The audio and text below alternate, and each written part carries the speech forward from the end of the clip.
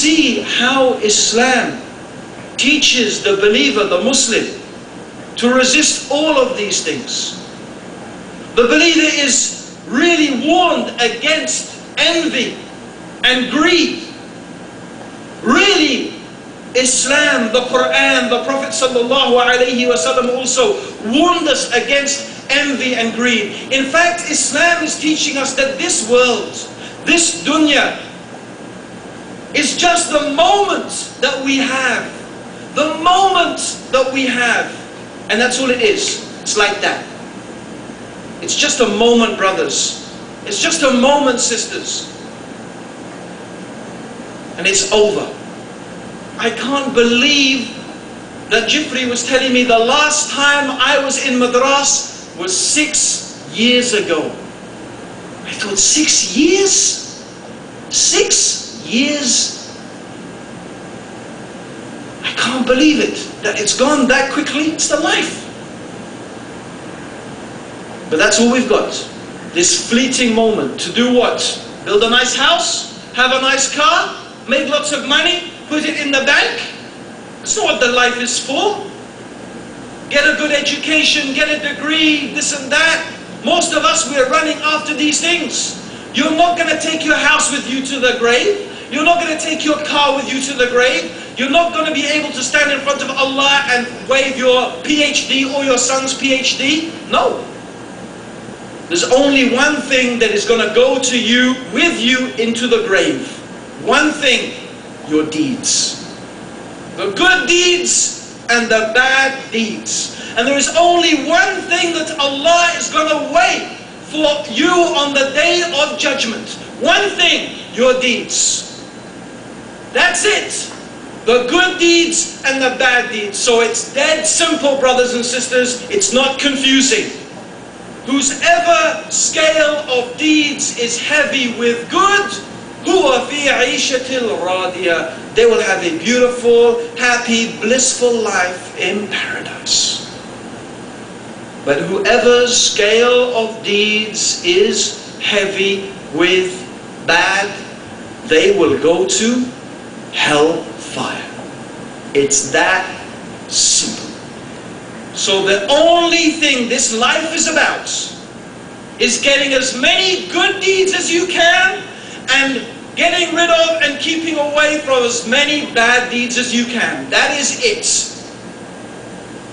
The rest of this world and everything in it has no benefit except what is going to help you reach paradise and make you avoid the hellfire. And envy. Why do you want to envy?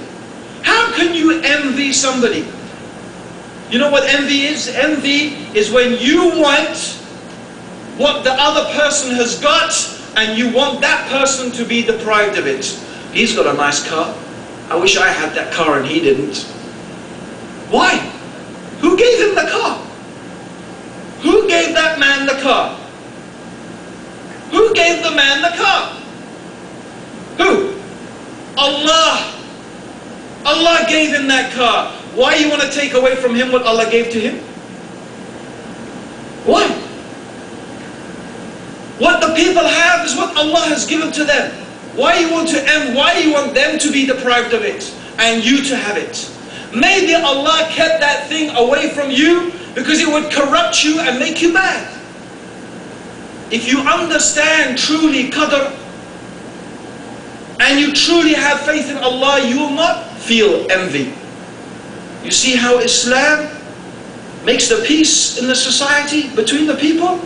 You take out envy and you take out greed and then you take out lust, because that causes so many problems. A man lusting after another man's wife or his daughter. How many problems that we do as Muslims is going to help to make your life a peaceful life. In fact, I will say this without any doubt. Every single problem that we have, and I don't exclude any problem, all our problems, individually and collectively, they come from our disobeying Allah and abandoning the sunnah of the Prophet sallallahu alaihi wasallam. without a doubt. All of our problems come from this. That's what our problems are due to. We were all like that. And if we all displayed these characteristics, and we lived Islam the way it should be lived, then people will criticize us. Because you know, brothers and sisters, they criticized Rasulullah sallallahu alayhi wasallam. They said about the Prophet, he was a magician. They said about the Prophet sallallahu alayhi wasallam that he was a sorcerer. They said about the Prophet sallallahu alayhi wasallam many things. But you know what? When those people met Rasulullah sallallahu alayhi wasallam, they said, that's not true. Those things they said about him were lies. In fact, he is the opposite. So they used to hate him the most, but when they met the Prophet sallallahu alayhi wasallam, you know what? They loved him the most. But now today I want to ask an honest question. All of us ask an honest question. You know the propaganda against Islam. Muslims are terrorists. Muslims abuse their women. Muslims this. Muslims cheat. Muslims, they are such and such. They are bad citizens. They are, you know the list of things that they accuse us of. Now when they come and meet you, are they going to say, none of that is true. These people really are the best people and now I love them as I used to hate them? Or are they going to meet you and they're going to say, yeah, all those things they said, at least quite a few of them are true. And if quite a few of them are true, maybe the rest of them are true as well. Yeah, ask yourself. Ask yourself. And if you find that it's true, that you are not the best example, and that when people do come to meet you, they do not see the nur and the light of guidance and goodness shining from you, then make your resolution today, brothers and sisters. I don't want anyone to clap their hands. If you appreciate what I said, you know what I would like you to do? I would like you to go away and change your life. No clapping hands, just change your life. That's what I would like. That would be the best thing, brothers and sisters. That is the way to appreciate what has been said tonight. Allahumma salli ala Muhammadin wa ala alihi wa sahbihi wa sallam. How can you worship God without knowing and without having any real evidence that this is the way that God wants to be worshipped?